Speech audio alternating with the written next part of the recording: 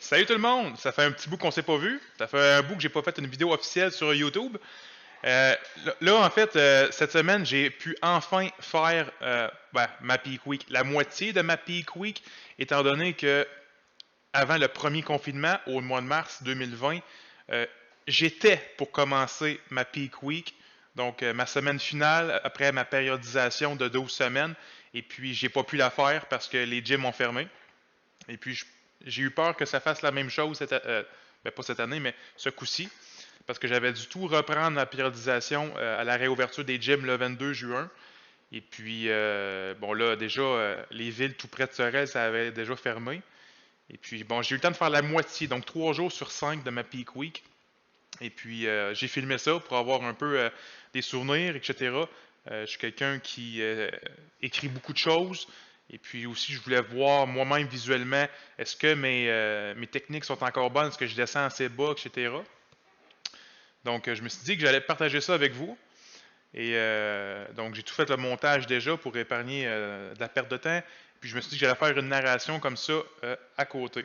Donc, pour vous mettre en perspective, euh, le bench, c'est ma faiblesse. En 2018-2019, il y a eu... non, c'est en 2019. Il y a un moment que je faisais aucun chest, aucun épaule. J'avais une blessure mineure, la coiffe des rotateurs, et puis ça me faisait de la douleur. Donc, pendant plusieurs mois, j'ai arrêté, pas l'entraînement complet, mais j'ai arrêté pas mal de choses qui touchaient au chest et aux épaules. Je me suis concentré sur d'autres choses. Euh, et puis, mon record à vie de bench, c'est une fois 340 livres. C'était en 2017. Et puis, à ce moment-là, je pesais 216 livres. Et sinon, j'avais refait l'an passé un 315 livres une fois.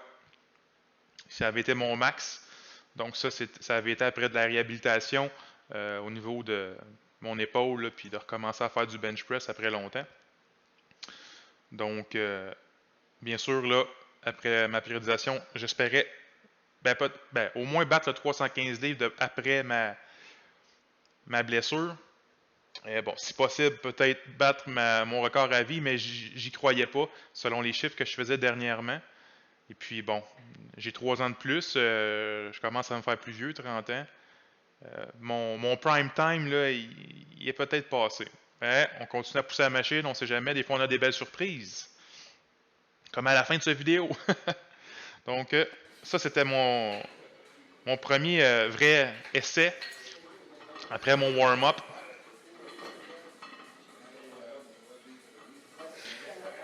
Et puis là, je sais pas si vous avez pu voir, mais ça a paru assez difficile.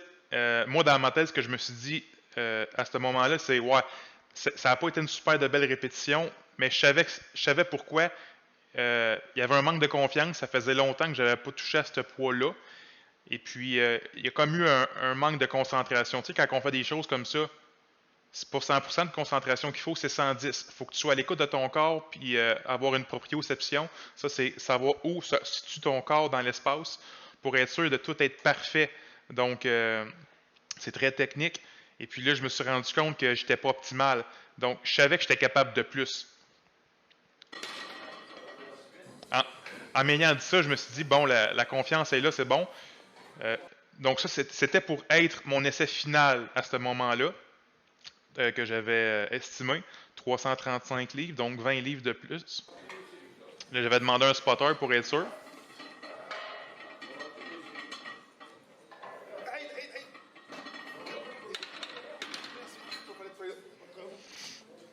Ah, j'ai pas dit go, il dit aide. T'as compris? Ça passe. Donc, 335 livres, je ne l'ai pas eu. Je me suis pas trouvé loin. J'ai resté pris en bas. Encore là, je le savais dans ma tête, il y a eu une partie de manque de confiance et un peu de laisser aller. Fait que je me suis dit, je sais que je suis capable de faire quand même plus que 315, Fait que j'étais allé entre les deux. J'étais allé à 325 pour mon. Je me suis dit, dernier essai, ça passe sous la cave. Je veux dire, si je l'ai, tant mieux. Si je l'ai pas, c'est fini pour aujourd'hui, tu sais.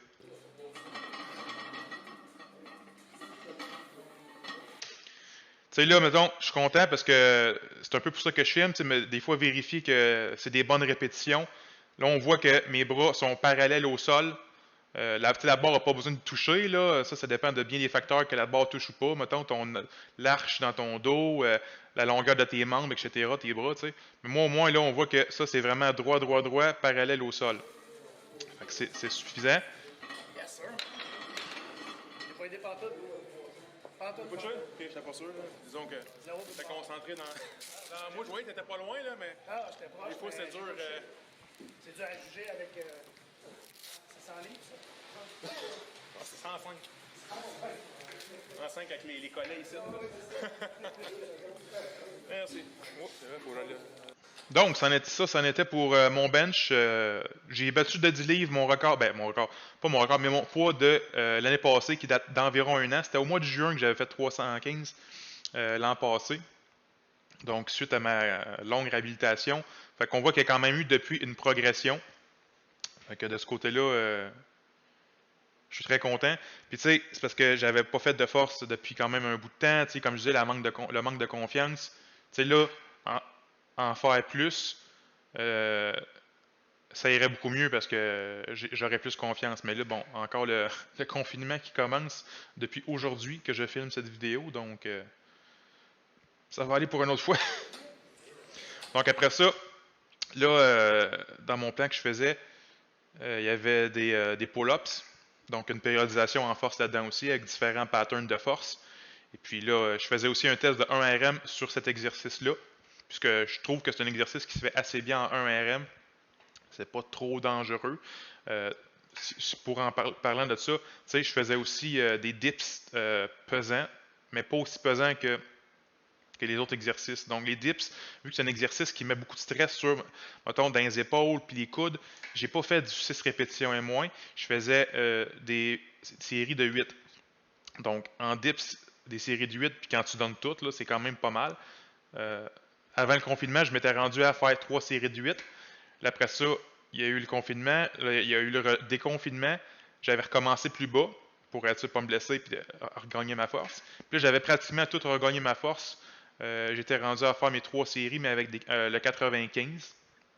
Moi, j'ai pas filmé ça, parce que de toute façon, j'ai même pas pu le faire, là, mais je veux dire, je l'aurais pas filmé de toute façon, puis j'aurais pas essayé de faire un 1RM ou quoi que ce soit de plus pesant que je fais déjà, parce que 100 livres, là, tu sais, j'avais beau faire 8 répétitions au dips, c'est rough, là, tu sais.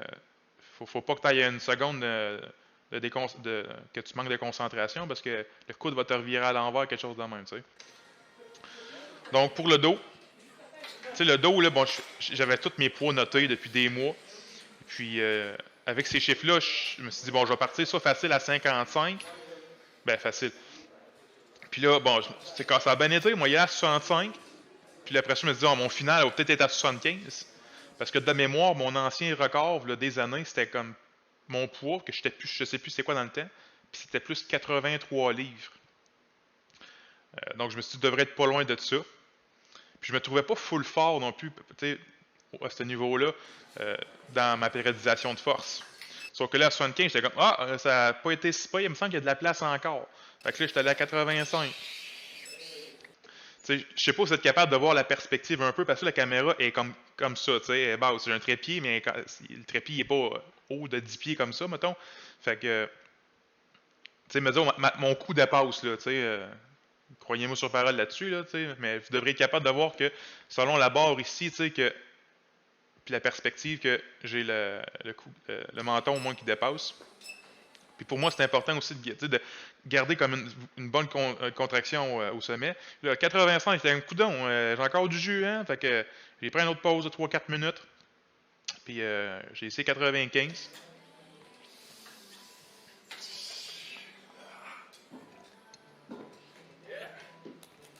Yeah! Fait que je l'ai eu, puis j'ai pas senti non plus que c'était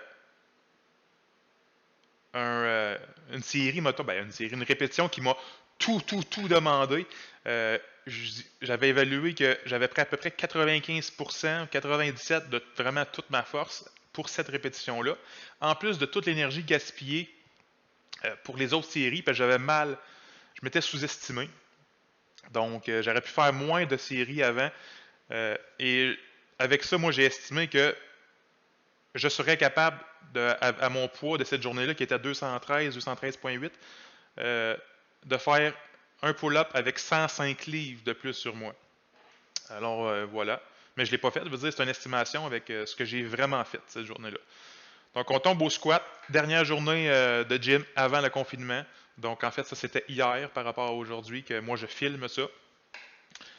Le squat, j'étais quand même confiant. Ça allait bien, je trouvais. Ah, puis par rapport au squat aussi, c'est quand que j'ai arrêté de faire des jambes pendant des mois?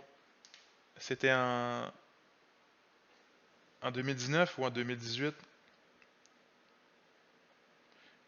C'était en 2019, parce que c'est le bench en 2018. C'est ça. Donc, j'avais des mois sans faire de jambes. J'avais une petite douleur. C'était pas la fin du monde, mais là, ça persistait. Et puis, pendant plusieurs mois, j'ai arrêté de faire des jambes. Ben, pas toutes les jambes, mais du squat en particulier, là. Tu sais, je faisais encore du leg extension, mettons, puis du leg curl, mais bien des choses, je faisais pas. Parce que j'avais une petite douleur à l'aine du côté droit. Puis ça pinçait, puis j'étais pas confortable, fait que j'ai arrêté pendant longtemps. J'ai recommencé à faire du squat, faudrait que je vérifie, là, mais en 2020, il me semble, à peu près. Puis j'ai recommencé avec rien, là, tu sais, juste mon corps, et ensuite ça a été juste la barre, 5 livres de plus, 10 livres, tu sais, super tranquillement. Ça aurait pu être plus vite, ben oui, mais moi j'ai pas voulu prendre de chance parce que avec 13 ans d'expérience, je voulais vraiment pas retomber encore au plus bas. Fait que j'ai juste pris la route la plus sécuritaire et la plus sûre. Je le regrette pas du tout. Et puis, mais là, ça allait bien ma progression, je trouvais, sur le squat. Mon ancien record, c'était 415 livres une fois. Puis là, je faisais un 365 livres une fois. Ça, je savais dans ma tête que ça allait être facile, mais c'était juste pour... Tu sais, chaque jour, quand tu arrives, tu veux juste un peu gager l'énergie que tu as, la force que tu as. Fait que tu fais tout le temps au moins une répétition semi-pesante pour être sûr que c'est, mettons, une bonne journée, tu sais. Puis avant ça, il y avait eu d'autres séries, mettons, de réchauffement, là. Fait qu'après ça, je suis allé pour une série vraiment assez challengeante. Ça faisait longtemps que j'avais pas eu ce poids-là sur mes épaules. Fait que je suis allé quand même pour une valeur, j'étais assez sûr, puis au moins assez haut que je me dis, bon, qu'après ça, si je l'ai pas, au moins, bon, ok, je sais, je me situe où à peu près, puis je vais être quand même content, tu sais, que je resquatte 4 plates, donc 405 livres.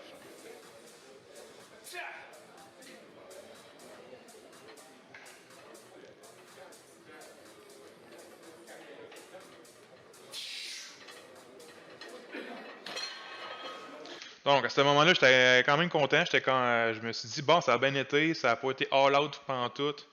Fait que j'avais fait des calculs la veille, et puis j'ai décidé d'y aller pour ce que j'avais calculé, que j'aimerais faire, donc 420 livres, ce qui serait un record de 5 livres, un record à vie.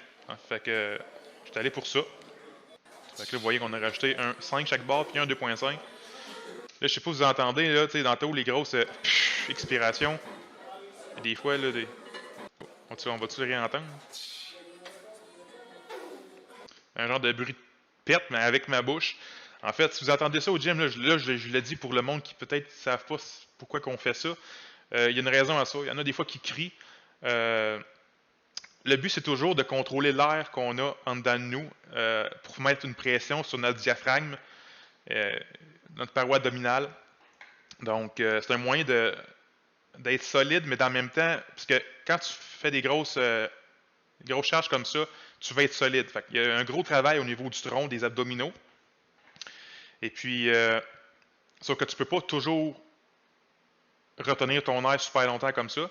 Fait que tout le temps comme des moments que tu gardes ton air, tu l'expulses, tu la gardes. Donc, moi, ma technique, depuis longtemps, mettons, c'est sûr que tu veux commencer une répétition en étant super tight, fait plein d'air, mais vous allez le remarquer, à la fin d'une répétition, je vais expulser. selon comment ma bouche est placée, ça se peut que ça fasse un bruit de psh, comme ça peut que ça fasse un bruit de pff, tu sais, comme un genre de bruit de pète comme ça avec la bouche, là. Mais le but, c'est toujours comme de... Parce que des fois, quand tu pousses, là, en montant, moi, personnellement, il faut que j'expulse à un moment donné. Il y en a qui expulsent rendu en haut, mais moi, ça a toujours été pendant, parce que sinon, j'ai de la misère à compléter ma répétition. Ça s'est fait naturellement de mon côté, puis ça devrait se faire naturellement chez vous aussi, à force de faire des grosses charges. Vous allez trouver votre technique au niveau de la respiration. Donc, en fait, j'avais jamais eu 420 livres sur mes épaules comme ça. C'est sûr, vous allez me voir aussi un petit peu, le temps que je place mes pieds parfaitement. Et puis, qu'est-ce que je voulais dire? Je m'en souviens plus. On va continuer la vidéo.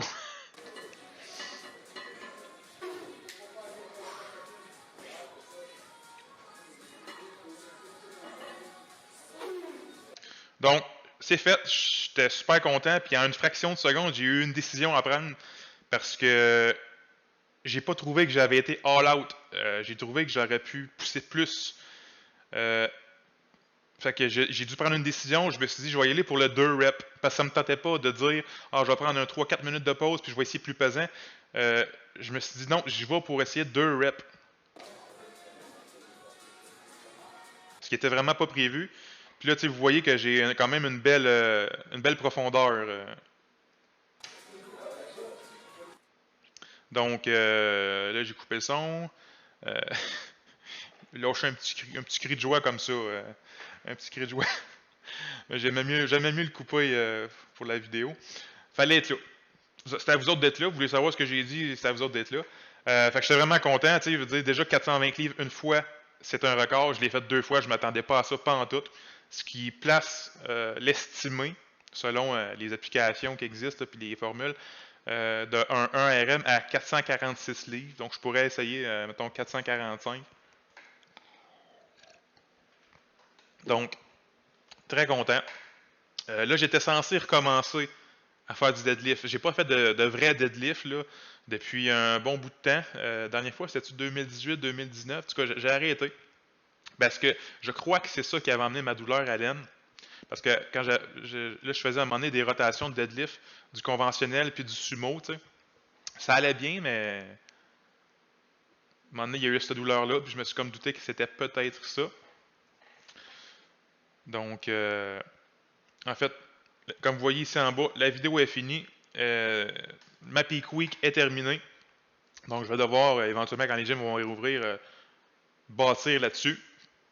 Comme je dis, j'étais censé recommencer à faire du deadlift, du vrai, avec un nouveau programme. Mais ça sera pour une autre fois. Donc, je vous remercie. Si vous avez des questions, peu importe, commentaires, je n'y pas dans les commentaires, justement. Je suis toujours ouvert à la critique ou à peu importe à jaser. Donc, un gros merci. Faites du mieux que vous pouvez, vous, à la maison pendant le confinement. Et on se dit à une prochaine vidéo.